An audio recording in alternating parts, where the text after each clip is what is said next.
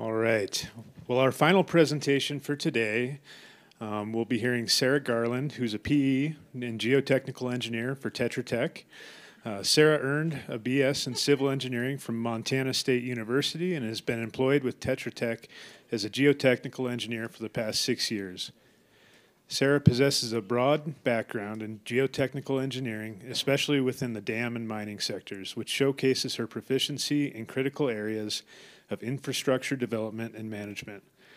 With over 18 years of experience, her expertise encompasses a diverse range of projects, reflecting a deep understanding of geotechnical principles and their practical applications.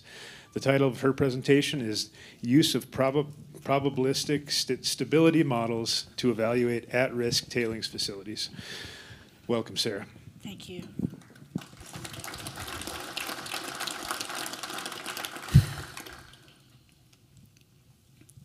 Good afternoon.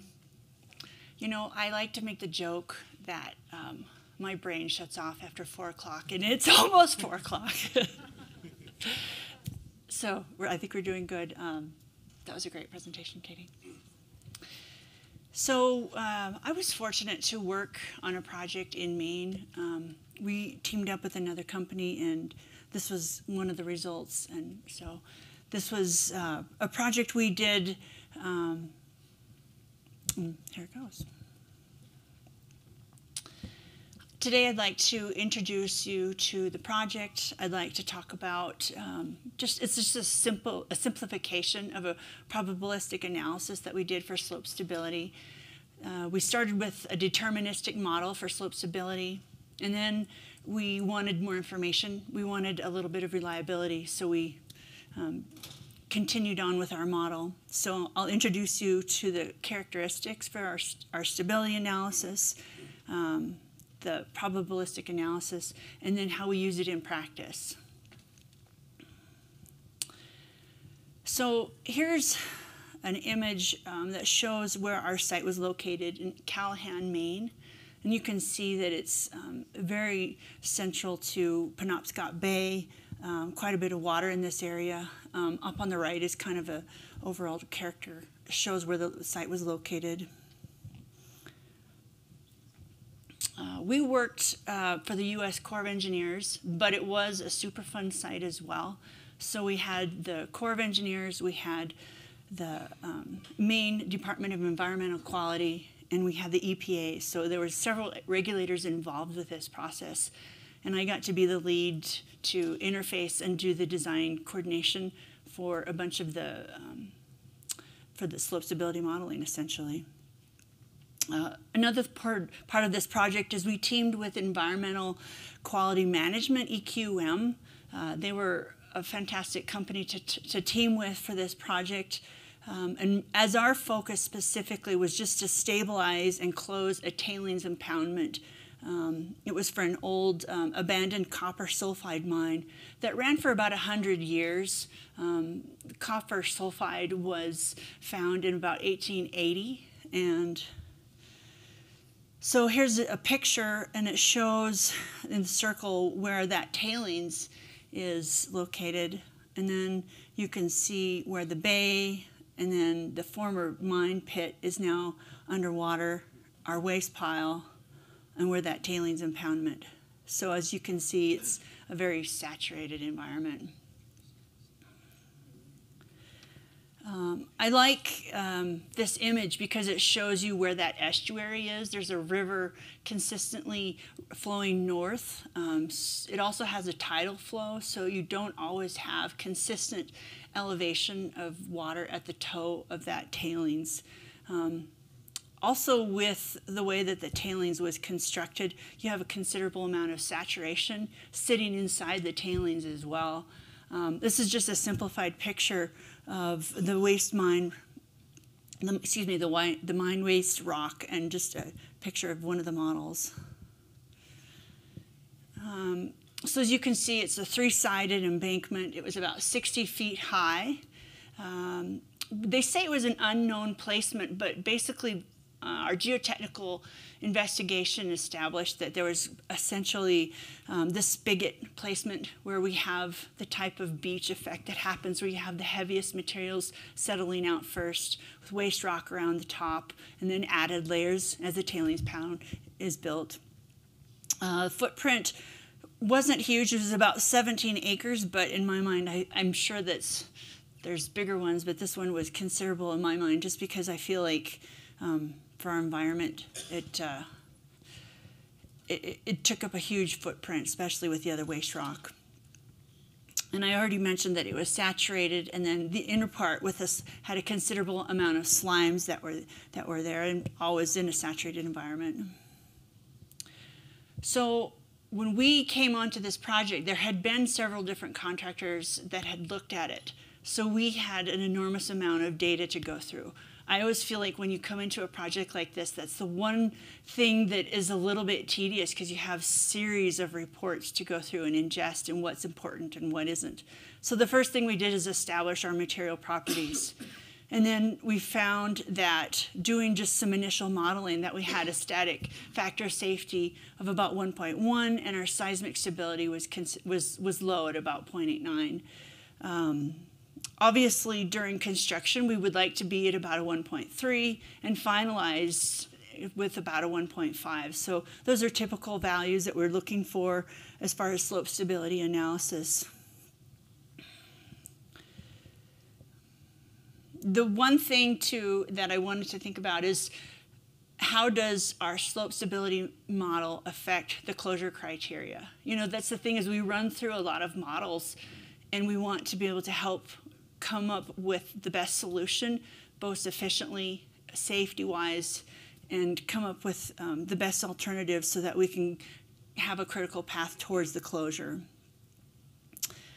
Here's a profile section, and you can see that soft clay down in the toe is that Penobscot clay that the Maine is famous for. Your bedrock is just, they have just an igneous type of bedrock. There's several different ones. This one was just a, and then we had the tailings, and then you have the tailings slimes with the several different layers, that sand layer that we talked about, and then your rock berm. And one thing too is that if you notice, and I've said this, probably 6 times, we have saturated environment, but that's both on the top and the toe. So it takes a considerable consideration because of, let me just say that I don't want to overemphasize it, but I wanted to make sure we had included it. At the toe of the slope, we did a seismic stability analysis. We also went in and did additional borings. So we found that there was a huge opening down at the bedrock on the toe of the embankment, which is why our model took such a dive. We were surprised when we found this because nobody had actually done these type of investigations in this area, and so nobody really knew that there was an area that had been excavated, and so it was good to know. So approximately, we started with about 20 models to go into. You know, there's all these different methodologies, and the reason for the multiple models, I think, was just because it allowed us to look at these specific cases and case by basis. In this area, we looked at several different stability options. We said, okay, do we want to build a buttress down in the bottom? Do we want to do piles? We found that piles would work, but they're really not constructible, not financially. We even went so far as came up with a pile design, but then when we looked at the constructability of it, it wasn't realistic. So then we came to several different considerations, and we said, well, what's the values that we're using? Are they realistic? Can we make sure that we have the data that we feel comfortable with? Thus, we did the probabilistic analysis. So what is a probabilistic analysis? You know, there's several different softwares who offer this into their background, and essentially, it's just a good way to evaluate the sensitivity of your factor of safety. It's based on your material properties, and it looks at the deviations through a standard deviation. So you have a series of standard deviations of your material properties, and you can evaluate that and decide how important is your data. Here's an example of a histogram that was created from the tailings center drain strength.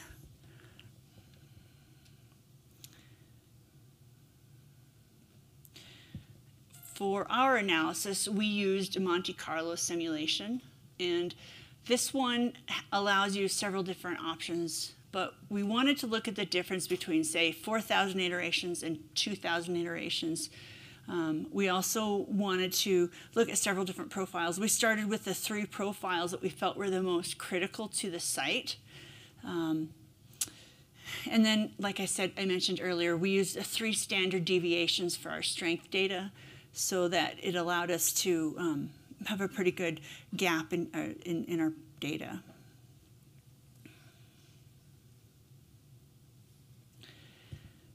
I like this slide specifically because it kind of gives you a horizontal visual of where you want to collect your data. You have your tailings center, that's the green zone, and then you have your impoundment berm, and you have the tow data. Well, in this case, there was borings all over because there was monitoring wells and everything else. Well, how relevant is that data? I would love to say that every single boring tells us something because we want to use the information that we've collected or that past geotechnical reports have provided. But the straight of it is, if it's not within your slide zone, if it's not within, say, 200 feet from your cross-section, is that data relevant? So we decided to use a weighted average to make sure that the data was included, but the data that was specifically closer to the areas that were in our shear failure zone were the ones that we were going to look at more specifically. This is another image of kind of the same thing, but it just has all the borings on there. So you can see what I'm talking about.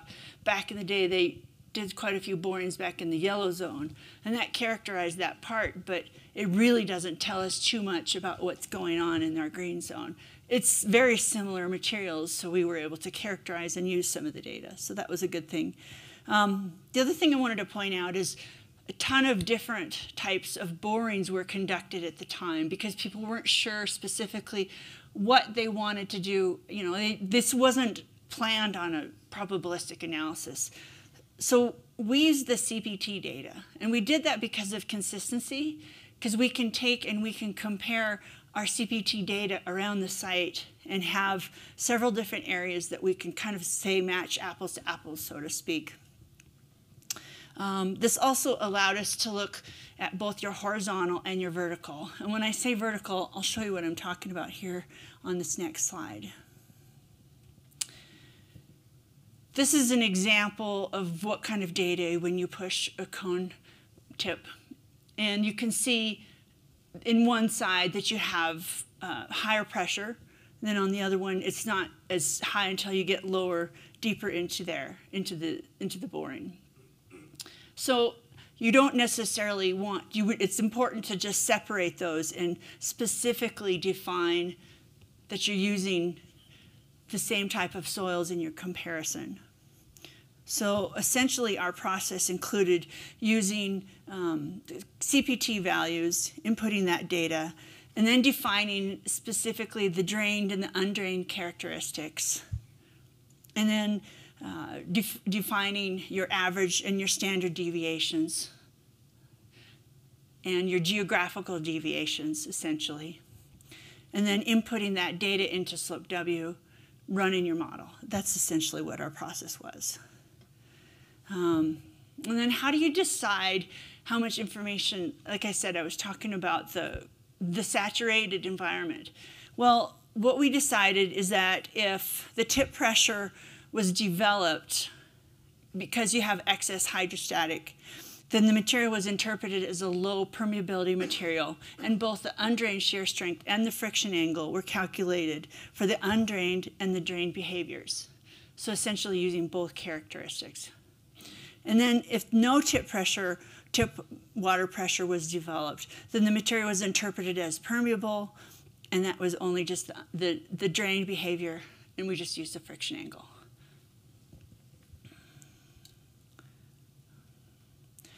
So this is what it looks like when you're software and you're running this. It helps you see, this is what it, essentially your graphs, and there's an example of some of the piles that we kind of played around with, thinking that some potential options. But I guess I like this software because you can pretty much graph any kind of consideration you want to, whatever variation. I have to say, I think they do a good job. So one of the things you can add to this is a sensitivity analysis. In this case, I didn't need to, but a sensitivity analysis can be added into it. Probabilistic analysis take a considerable amount of computing time as they sit. So to add in additional analysis, it does add time. So in this case, we chose not to. One thing too to note on this slide specifically is you can see that the probabilistic breakout and the deterministic breakout, you still have the same factors of safety. It's just that the data that we'll be able to gather afterwards, and I'll show that in a few other charts, gives you more information to tell you what your reliability is and how important that data. I also really like this slide. And I like this one because it is a good graphic to help you understand what I'm talking about when I say to separate your cone tip. Oh, the word's not coming. Borings specifically by the shape. So you can see that in the back we had a specific shape to our CPTs and then a different shape towards the front. And then to be able to mimic those throughout, it allowed us, like I said, to be able to compare those horizontally.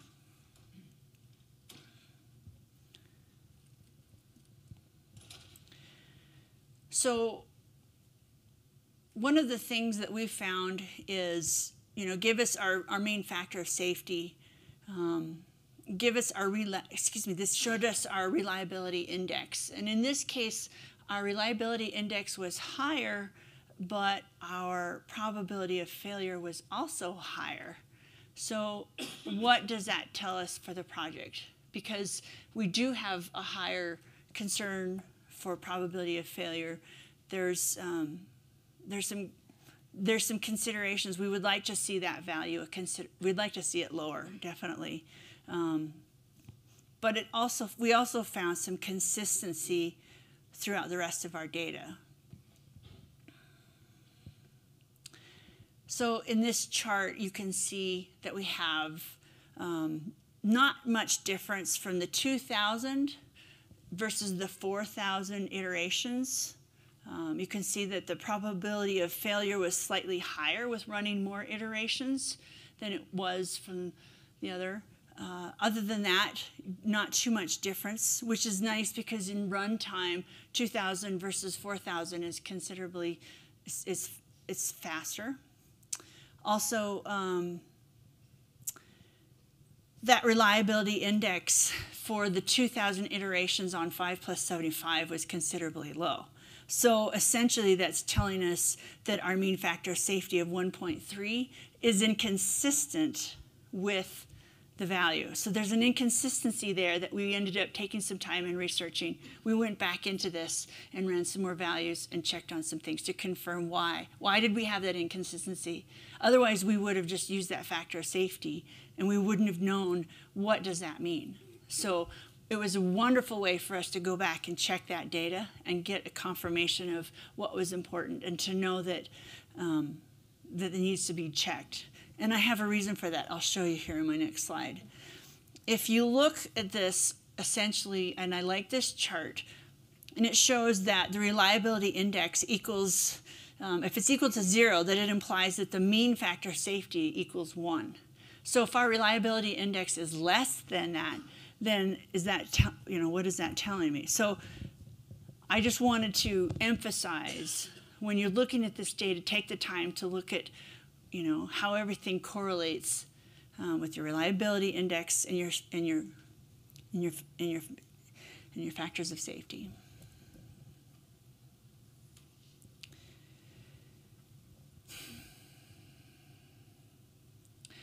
So the outcomes that came from this were interesting. We decided that we liked the method. It was good. And I think for our project, I think we found that actually, even though there was a considerable amount of data, I think there's some mines with so much data, I think it would be more beneficial to use more data. Like, I think that's, in this case, I think this was the least, I would add more data. I would add and add and add more data. And the more you do that, the better your standard deviation and the more consistency you'll find. And I think that's essential to having a good probabilistic analysis. I also think being able to match, like I said, apples to apples, match your characteristics, your soil properties, being able to separate those to find what's important to your shear failure, and then being able to characterize specifically the zones that you're looking for in your failure analysis. We did take this information, we put it back into our deterministic analysis. And then because of this, we used it to determine our setback distance. So we had a construction process that we needed to plan. And as you can see in figure 1, we wanted to make sure that we stayed well above the factor safety of 1.3. And we knew that we couldn't establish that with all the slopes. No matter what we did, it just wasn't going to happen. So we didn't feel safe putting equipment on top of that slope. But we did feel safe putting equipment quite a ways back. So we found that setback distance that we felt comfortable setting our equipment. And then we said, okay, what's the reach of that equipment? And we opened it up, and it essentially excavated the volume that we could use, and then put our equipment into that space, and that's how we moved forward. And so by doing that, we were able to reduce the tailings, excavate it, and keep our factor of safety above a 1.3 the whole time, even though we couldn't mathematically prove that we could, that it was above, we couldn't keep it at, we couldn't mathematically prove that some sections were above 1.3, but we could keep them safe the whole time by doing this excavation method. So it was an interesting project. I have a whole bunch of team members that I wanted to include on this. They're not here today. Unfortunately, they're with our Colorado group, so I'm not going to call out their names, but they were part of my team for this. And I also just wanted to toot the horn a little bit for Tetra Tech. This project, because of the excavation methods, because of the volumes of quantity that was moved, we did end up building a buttress. We ended up doing a stabilization. We won an internal award for safety for leading with science. Because of our designs and because of the stability analysis and showing our methods, means and methods, we could go in and do this excavation. And so we had a little internal award, so yay. So I just want to say thank you very much. And if anybody has any questions, that's all I have.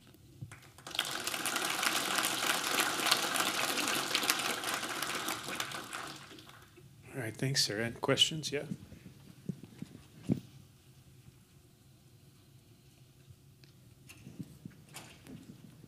I apologize if I missed this at the beginning, but one of the failure modes that you looked at, static liquefaction, it seems like some of the conditions there, including, sort of loading materials as you moved them off that face, could induce it. So I was just curious if you looked at static liquefaction. We did look at liquefaction. And I just, for this analysis, it was mostly just the deterministic and primarily for this one. We didn't spend a ton of time on liquefaction. It was involved in the study, but not for the probabilistic analysis. Because static liquefaction, is a little harder to look at than dynamic liquefaction. That's why I was curious. Right. How did you handle the slimes part of the tailings pond? In this circumstance, they had initially planned to put equipment out there, and they ended up using geogrid, and they build a platform, got equipment out there with GeoGrid. So I noticed when the tailings dam was constructed, it looked like they built the dam, and then as it filled up, as the next layer, they went out over the tailings with the next part of the berm. Did you bore down and got a compaction number of how the tailings were compacted at the toe? In other words, part of your dam was over the tailings as they went up, because they couldn't move their toe out towards the river, right? No, they couldn't. So what was your question specifically? Well, your borings, did you bore down into the tailings that were underneath the dam? No, actually we didn't. So we had to do some assumptions based on just a characterization of the soils around, and using assumptions, consistency. We were able to find consistency on the toe and consistency behind the dam, but not directly underneath it. So because of the fact that we found the same exact materials on both places, we just used that as an assumption between. Any other questions? All right. Well, thank you, Sarah. Thanks for finishing us off today. Okay.